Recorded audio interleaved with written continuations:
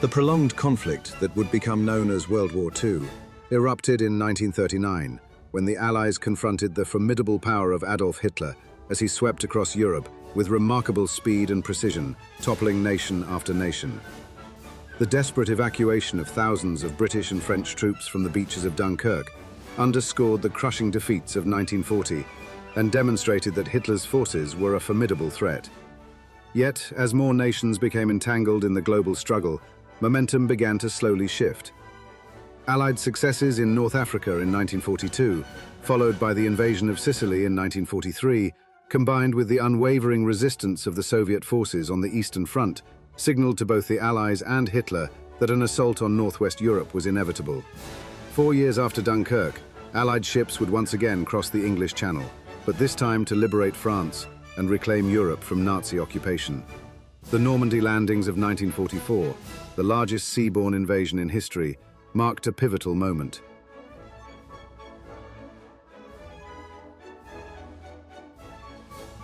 By 1943, British Prime Minister Winston Churchill and US President Franklin D. Roosevelt were deeply involved in planning a joint offensive against Germany. Initial preparations for a large-scale landing on France's northwest coast began in July, and these plans were later discussed with Soviet leader Joseph Stalin at the Tehran Conference. Many critical decisions had to be made for the operation, codenamed Overlord, starting with the question of where the invasion should occur. Although the most direct route to France was across the Pas de Calais, this was precisely what the Germans anticipated. To maintain the element of surprise, the Allies selected a more complex approach, targeting 3 beaches in the Cambrai region of Normandy. Careful preparation was essential, and the Supreme Headquarters Allied Expeditionary Force, SAEFF, was established to coordinate the extensive planning required.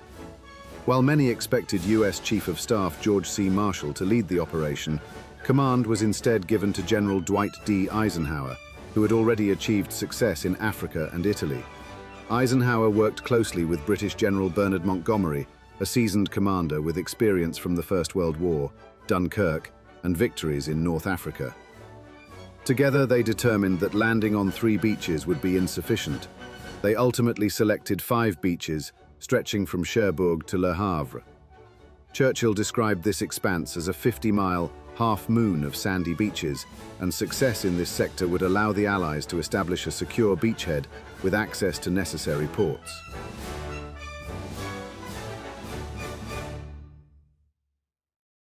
American forces were assigned to land on the beaches codenamed Utah and Omaha, while British and Canadian troops would come ashore on Gold, Juno, and Sword. The objective upon landing was clear: to reinforce the troops rapidly and deploy as many soldiers as possible to establish a strong foothold. Yet the mission was far from simple. The Allies were acutely aware of the risks, having suffered a devastating defeat 2 years earlier during the Dieppe raid. In 1942, thousands of British and Canadian soldiers were killed in a failed assault on the northern French coast. Lord Mountbatten, who had overseen the operation, later reflected that for every soldier lost at Dieppe, at least 10 more might have been saved at Normandy. Lessons from that failure informed every aspect of planning for D-Day. One major challenge was the lack of natural harbours along the chosen beaches, meaning the Allies would need to create their own landing and unloading facilities. In a famous directive to Mountbatten, Churchill had insisted on piers that would float up and down with the tide. Today, remnants of the solution can still be seen along the northern French coast, the remarkable Mulberry Harbours. The concept began to take shape under John Hughes Hallett, who had become Naval Chief of Staff for Operation Overlord. Having witnessed the Dieppe disaster firsthand, he proposed that if a port could not be captured, it should simply be brought across the Channel.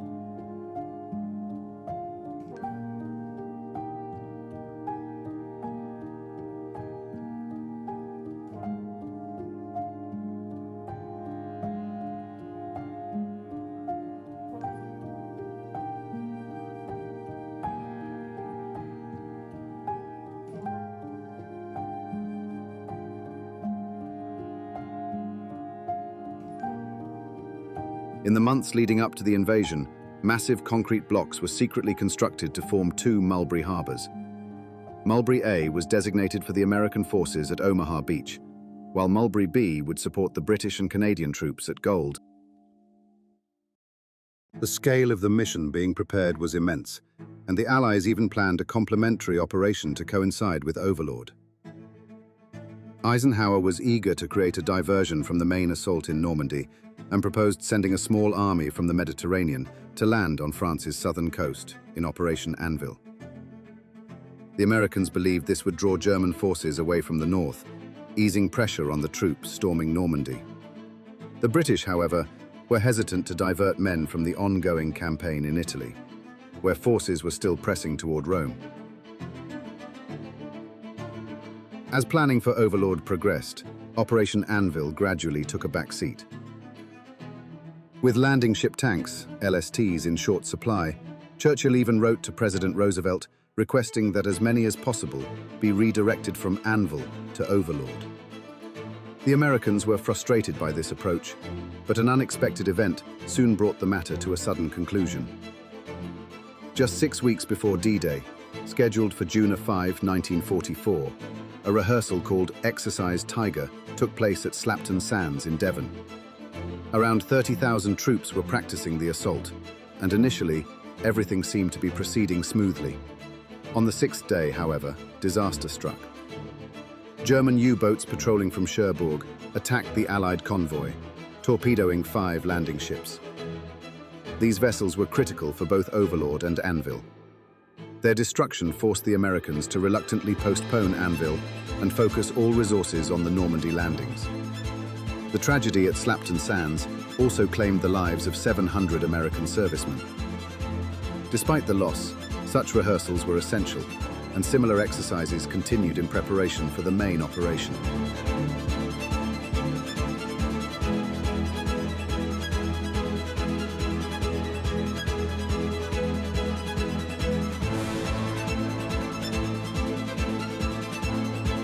Conducting such large-scale rehearsals made secrecy difficult, but one of the key reasons D-Day succeeded was the extraordinary precautions taken by SHAEF to mislead German intelligence.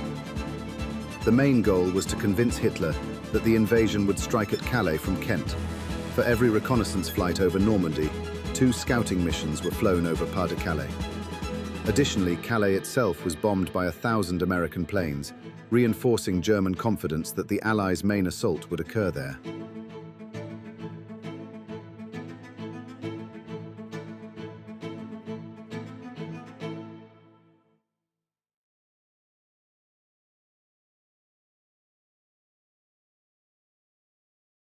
To reinforce the illusion of an impending attack on Calais, the Allies deployed dummy landing craft in the Thames estuary and Channel ports.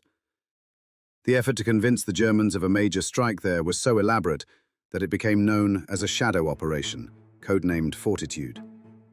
Another element of the deception involved creating an entire fictitious formation, the 1st United States Army Group, which looked like a fully operational unit, but crucially lacked real soldiers. Inflatable tanks and rubber trucks were positioned to simulate troop movements and training exercises. The ruse was made even more convincing by placing General George S. Patton, one of the Allies' most respected commanders, in charge of this army. Despite the sophistication of the plan, limited German aerial reconnaissance meant that some of the activity went unnoticed. Another clever tactic involved generating excessive wireless traffic, which helped propagate the illusion of the non-existent forces. Together with a network of double agents, Operation Fortitude proved to be a highly effective deception. Hitler became convinced that the main Allied attack would hit the Pas-de-Calais and strengthened the 15th Army stationed there in anticipation. Meanwhile, the French resistance, which had been steadily growing since 1940, needed to be warned that the invasion was imminent. The British communicated the plan using 2 cryptic code phrases over the BBC's wireless: "The long sobs of violins of autumn," and "wound my heart with a monotonous languor." Although German intelligence eventually discovered the significance of the code words after interrogating resistance members, they dismissed them as another Allied decoy. Even Erwin Rommel, personally tasked by Hitler with defending France, was skeptical that the Allies would broadcast details of such an important operation over radio waves. As Overlord approached and more people became involved in the preparations, the Allies' anxiety grew over the risk of sensitive information falling into the wrong hands.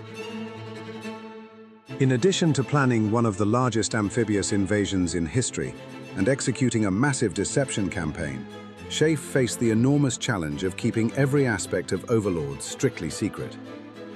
To control access to the completed plans, a top-secret system known as the Bigot system was implemented, with specially appointed officers responsible for monitoring who could see the sensitive information.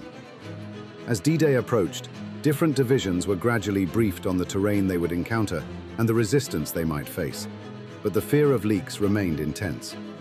Troops entrusted with critical intelligence were closely supervised, and in some cases held behind barbed wire fences reminiscent of a concentration camp. One of the most alarming moments for SHAEF occurred during the disastrous rehearsal at Slapton Sands, where 10 Bigot officers were aboard the boats attacked by German U-boats. Had they been captured, it could have doomed Overlord before it even began.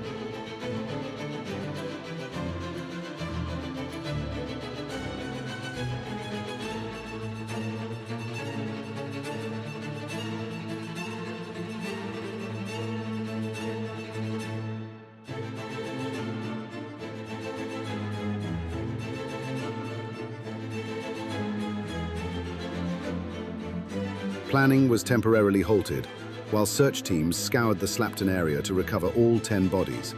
Only then could SHAEF be reassured that its secrets remained safe.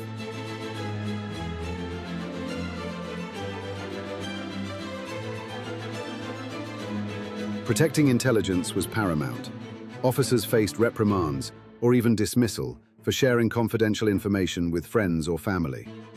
Managing vast quantities of Bigot documents was equally daunting. On one occasion, a window left ajar allowed a gust of wind to scatter 12 copies of classified documents onto a busy London street. In another dramatic incident, a complete set of Overlord plans was discovered in a briefcase, abandoned in a train compartment in Exeter.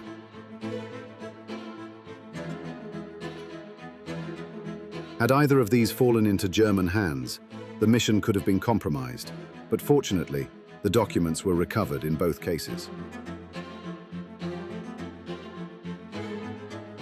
As June 5th drew near, unseasonable weather added another layer of complexity.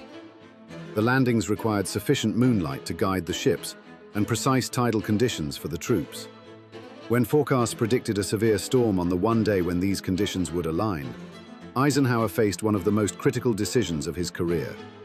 Delaying the operation by more than a day would force a 2-week wait for the tides to align again, a long and risky pause, especially with so many previous security close calls.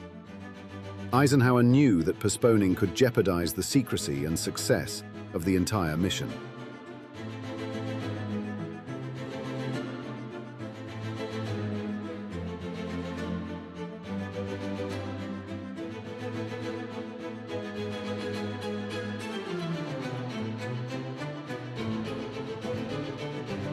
Another challenge lay in the thousands of troops already aboard their LSTs ready for battle.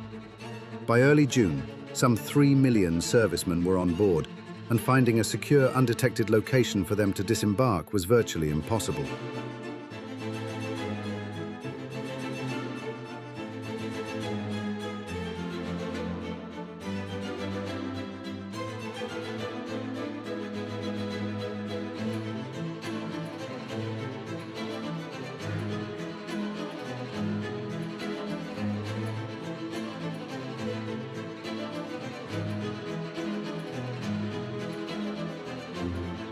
As the normally bustling streets of southern Britain fell eerily silent and the waves churned beneath the waiting ships, Eisenhower faced worsening weather conditions and made the decision to postpone D-Day from June 5th to the 6th.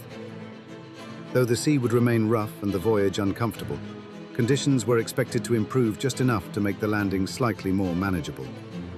For the next 24 hours, troops endured storms and high seas until Eisenhower finally gave the go-ahead in the early hours of June 6th.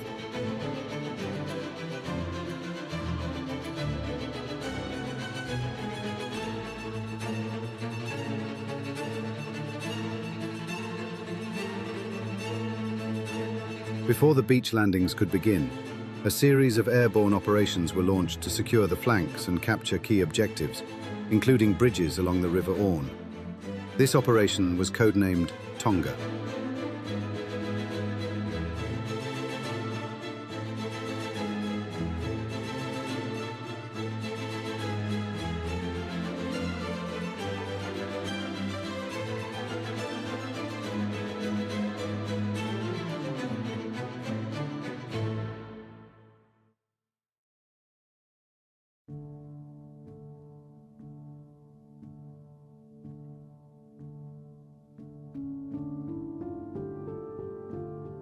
Perhaps the most critical target was the now famous Pegasus Bridge, located 3 miles south of Ouistreham, near the town of Bénouville.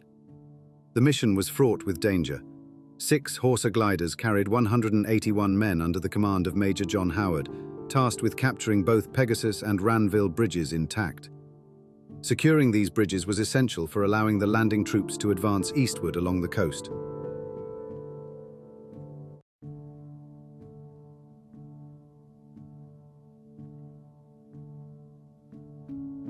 Taking Pegasus Bridge would also delay German counterattacks on Sword Beach and prevent enemy reinforcements from reaching the front lines.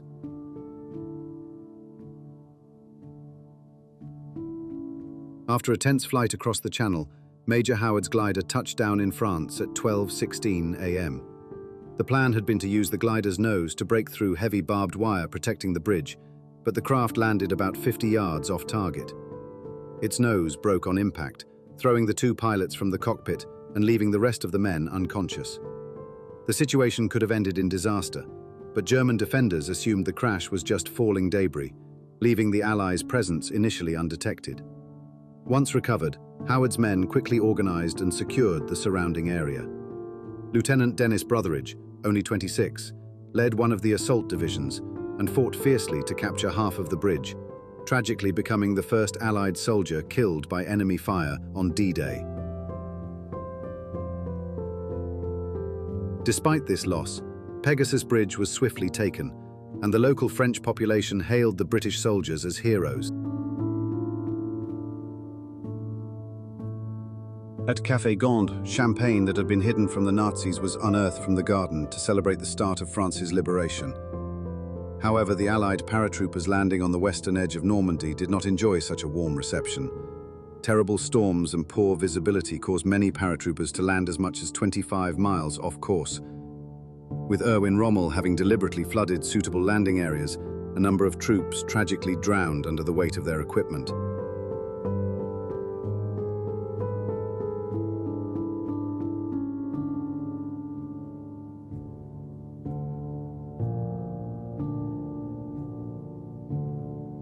Those who avoided the marshes faced Rommel's asparagus, long poles driven into the ground and booby-trapped with mines, capable of causing severe damage. Despite heavy losses, these airborne assaults were essential to the overall success of D-Day. Similarly, the aerial and naval bombardments preceding the beach landings were critical in softening German defenses and preparing the way for the troops. Each stretch of coastline presented unique challenges, but every division played a vital role in the broader invasion plan.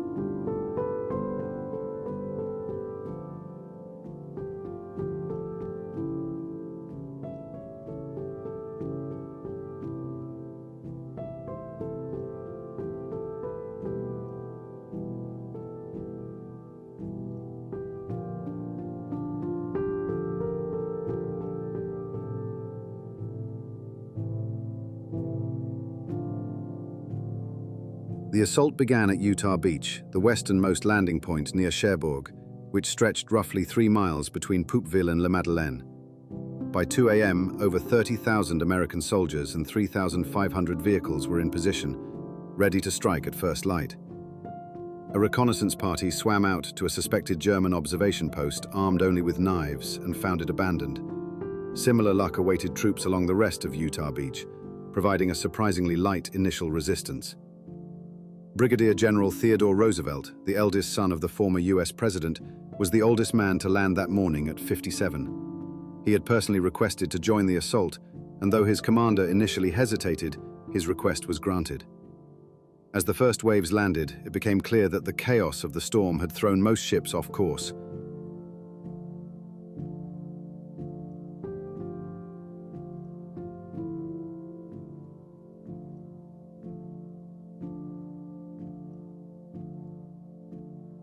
Roosevelt's division touched down at least a mile from the intended target, which could have been disastrous, but fortunately, the German presence along the shore was minimal, far less than at their planned landing point. Surveying the area, Roosevelt famously remarked, "We'll start the war from here," before identifying the causeways leading inland. While luck played a role in the Utah landings, it was the element of surprise that truly made the difference. The Germans had been deceived by Operation Fortitude, with only the 15th Army in Pas-de-Calais on high alert. Scheiff's secrecy had ensured that Overlord remained hidden, allowing the Allies to gain a crucial foothold with minimal initial resistance.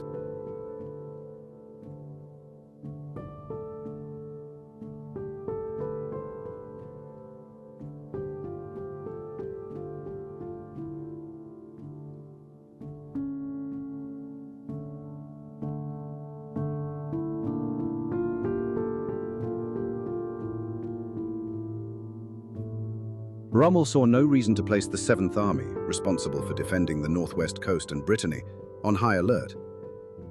Ironically, nearly all the senior officers of this division had been sent away on a training exercise, simulating a hypothetical Allied invasion of Normandy. Convinced that no sensible commander would attempt a landing in such terrible weather, Rommel chose to leave the battlefield, returning home to Germany to celebrate his wife's birthday. The Allies had never launched an invasion without forecasts of extended, clear weather, and with Scheiff having meticulously hidden all evidence of the massive operation, Rommel genuinely believed the likelihood of an attack was virtually non-existent. At Utah Beach, relatively few lives were lost. Most of the tanks reached shore intact, and casualties were limited to around 200 soldiers, a testament to the airmen who had cleared the beach's exit routes hours before the landings. Tragically, nearly a third of the airborne division was lost during the operation. Though high, this toll undoubtedly prevented Utah from turning into a scene as devastating as that faced by the Americans at Omaha Beach, farther along the Normandy coast. The American forces assigned to Omaha Beach faced the task of securing a 5-mile stretch of coastline and then advancing to link up with the British troops landing at Gold Beach. Navigation challenges, compounded by the stormy conditions, proved far more disastrous here than at Utah. The first waves came ashore directly into the line of fire of the highly trained German 352nd Division, defending the sector. By 6:30 a.m., assault barges carrying the first wave of men left the ships, and chaos erupted almost immediately. Artillery fire tore through the air, killing and wounding many before they could even set foot on the sand. In the confusion, 29 backup tanks were released prematurely from their landing craft, and all but 2 sank into the turbulent sea along with their crews. leaving the soldiers to face a well-prepared enemy with minimal support. Infantry divisions became fragmented, and as commanding officers were killed alongside their men, the remaining troops had to act on their own initiative, fighting to regroup and establish critical footholds under relentless fire.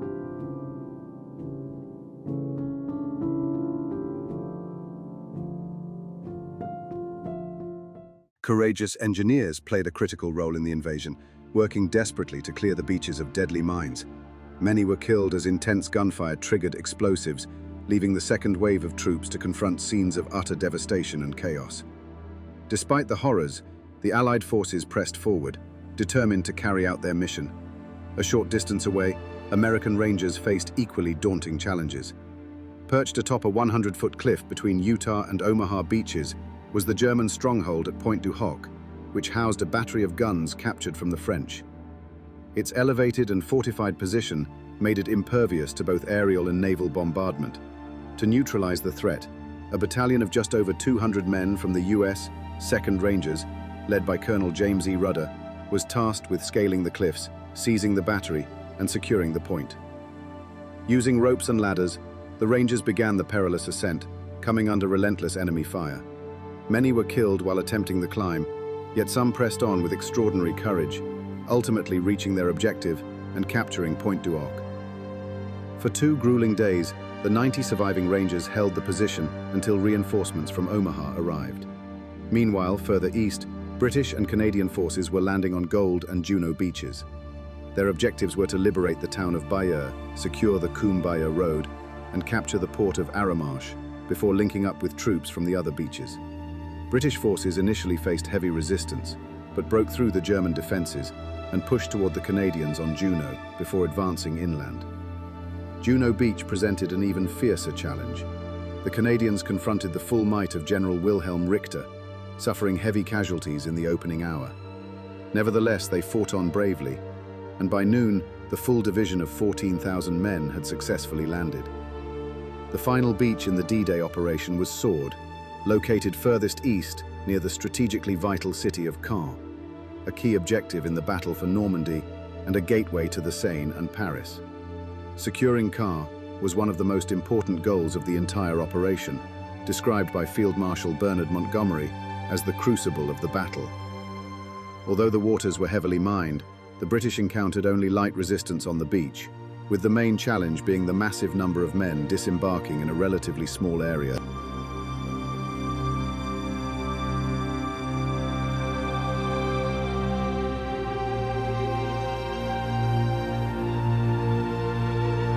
As thousands of troops, vehicles and equipment made their way ashore, the routes off the beaches quickly became clogged, with British soldiers pressing inland. Among the stories of heroism and courage that day, one of the most memorable is that of Bill Millin, the personal piper to Lord Lovat, commander of the 1st Special Service Brigade landing on Sword Beach. Amid the chaos and carnage, Piper Bill waded through the surf, playing his bagpipes to lift the spirits of those around him. The Germans reportedly avoided targeting him, assuming he had lost his mind. Legend has it that he continued playing all the way to Pegasus Bridge, meeting up with fellow British troops. The Normandy landings were, against all odds, an extraordinary success. By the end of D-Day, some 130,000 Allied troops had landed along the coast between Cherbourg and Caen, marking the largest invasion ever carried out in a single day. Relief and elation swept through the Allied command, and when the news spread worldwide, it sparked hope that Hitler's reign of terror might finally come to an end.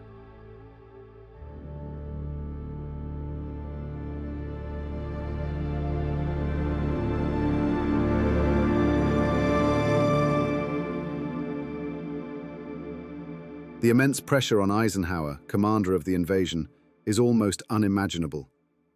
Later, his valet discovered a handwritten speech in his pocket, prepared in case the operation failed. A sobering reminder of the stakes. Despite the celebrations, the human cost was staggering. By the evening of June 6th, around 3,000 men had been killed at Omaha Beach alone. Today, the fallen are commemorated in cemeteries just inland from the beaches, including both Allied and German soldiers, many of the latter barely more than teenagers conscripted into a losing cause. The news of the invasion also reverberated in Germany, where opposition forces intensified plans to assassinate Hitler, whom they blamed for the nation's suffering. In a desperate bid to maintain morale and strike fear abroad, the Nazi regime unveiled the V-1 flying bomb, a terrifying new weapon.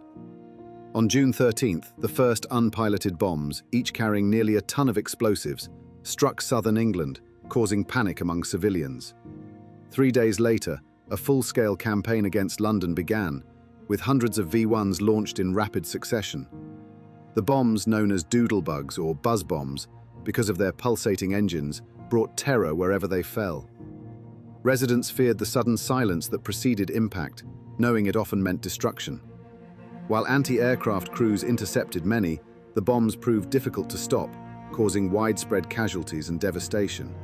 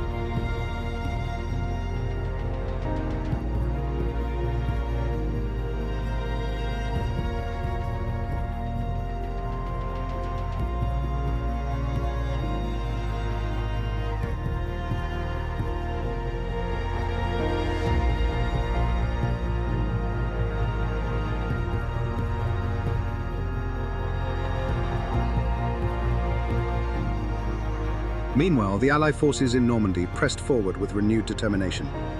Reinforcements arrived, Mulberry harbors were installed, and supply lines consolidated, all while speed remained crucial. German intelligence still expected a major attack on Calais, leaving many enemy troops out of position, a miscalculation that the Allies would exploit. The path was now open to strike deep into occupied France, and the days following June 6th were just as critical in the fight to defeat Hitler. At the same time, the Eastern Front was seeing monumental developments. On June 22nd, the Soviet Red Army launched Operation Bagration, the Belarusian offensive aimed at clearing German forces from northern Russia into Poland.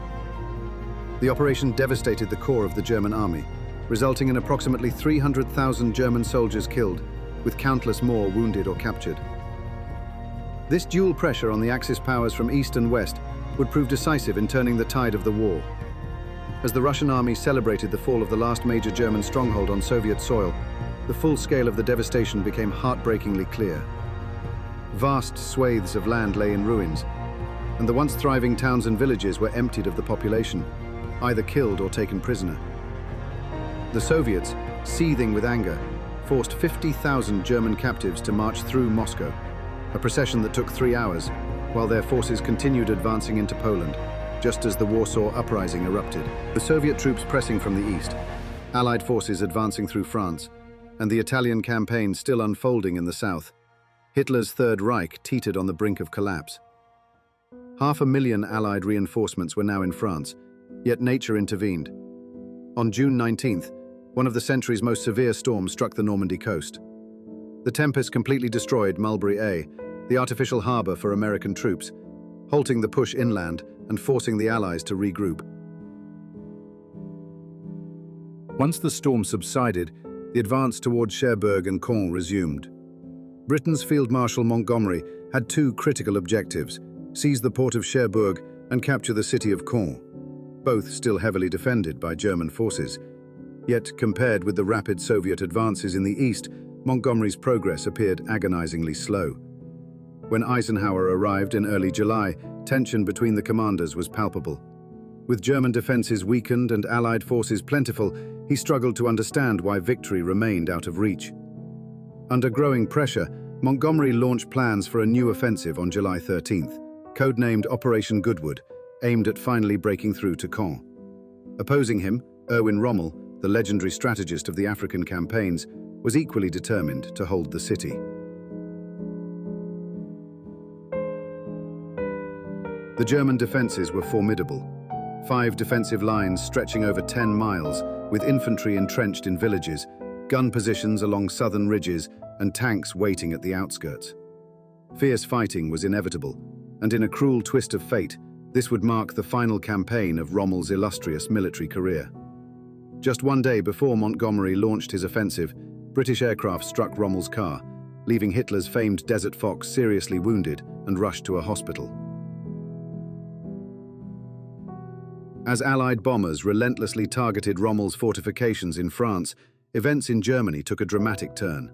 Hitler narrowly survived an assassination attempt at his East Prussian headquarters, but those implicated faced immediate execution, while countless others were arrested and imprisoned.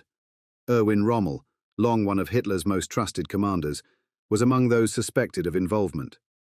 Though he may have had no knowledge of the plot, he chose to take his own life just months after D-Day rather than face investigation. Despite the shockwaves of the failed assassination, Hitler and the Nazi leadership quickly refocused, striving to secure Paris, even as the German defenders around Caen had suffered heavy losses and nearby villages lay in ruins. Thousands of German soldiers were captured, and the very ships that had carried Allied troops to France now ferried prisoners back across the Channel.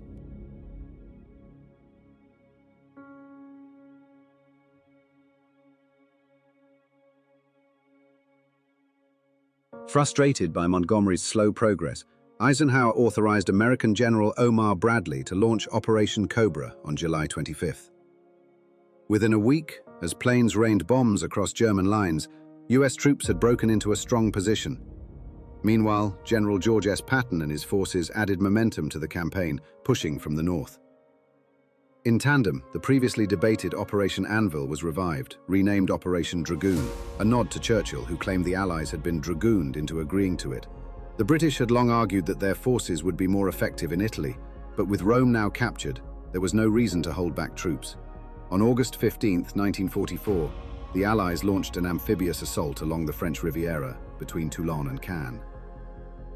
A combined force of American, Canadian, British, and Free French divisions landed on the first day, bringing over 94,000 men ashore along the southern coastline. In just 24 hours, Allied forces had advanced an astonishing 20 miles into French territory and seized the strategically vital port of Marseille. The capture of the city provided an enormous boost to morale, not only for the soldiers who had endured weeks of grueling combat, but also for the burgeoning French resistance. After nearly 5 years of brutal occupation, the resistance was ready and eager to reclaim their homeland. By the time D-Day arrived on June 6th, the Free French Army had swelled to around 100,000 men, steadily growing day by day. These fighters proved invaluable to the Allies, providing both reinforcements and critical local knowledge during the Normandy campaign, and later in the race to liberate Paris. The Resistance's contribution went far beyond manpower. They supplied vital intelligence about German troop movements, sabotaged supply lines, and disrupted communications wherever possible. As Operation Overlord unfolded, their efforts became increasingly crucial, giving the Allies a foothold behind enemy lines and making the liberation of Paris a tangible goal. By mid-August, the resistance had begun a coordinated uprising in the French capital, signaling a long-awaited dawn for the city. Charles de Gaulle, leading the Free French 2nd Armored Division, worked tirelessly to secure Eisenhower's support for the movement. As the battle for Paris intensified, barricades sprouted across streets and trenches were hastily dug as ordinary citizens, men, women, and even children, carried supplies in wooden carts, determined to reclaim their city from years of oppression. Despite the patriotic fervor, liberation was far from guaranteed. The French resistance faced severe shortages of weapons and heavy artillery, and the German occupiers, though depleted, remained formidable. A temporary ceasefire allowed time for the resistance and Free French forces to address logistical challenges, restock, and prepare for renewed combat. When fighting resumed, their determination was unstoppable, pushing German troops steadily into retreat. Hitler, incensed by the prospect of losing Paris, ordered that the city be subjected to maximum destruction. Dietrich von Choltitz, commander of the German garrison, was instructed to bomb landmarks such as the Grand Palais and reduce the capital to rubble. Yet von Choltitz faced a profound moral dilemma. General Pierre Bilotte of the 1st French Armored Brigade sent a plea urging him to spare the city and end needless bloodshed. Torn between loyalty to Hitler's destructive orders and the undeniable humanity of preserving Paris, von Choltitz ultimately chose courage over obedience. His decision ensured that the City of Light would survive intact, a symbol of resilience amid the devastation of war. On August 25, 1944, Paris was officially liberated. The event became a defining moment in the Allied campaign and a powerful emblem of hope for occupied Europe. Patriotism had fueled the French struggle, and Charles de Gaulle's leadership galvanized the nation. He would later reflect, "We who have lived the greatest hours of our history have nothing else to wish than to show ourselves up to the end worthy of France. Long live France." From the beaches of Normandy to the streets of Paris, the summer of 1944 had irrevocably altered the course of the war. D-Day had been a pivotal high-stakes gamble, the success of which relied on the courage, endurance, and sacrifice of countless soldiers and civilians. Without the bravery of those who stormed Utah, Omaha, Gold, Juno, and Sword beaches, the liberation of France and the eventual defeat of Nazi Germany would have been unimaginable. With Paris free and the path to Berlin now more accessible, the Allies could finally glimpse the end of the long nightmare. Each victory, each mile of reclaimed territory, brought the promise of final triumph closer. The struggle had been immense, but in the courage of soldiers, resistance fighters, and ordinary citizens alike, the Allies found the strength to push forward. Victory, once a distant hope, was now within reach.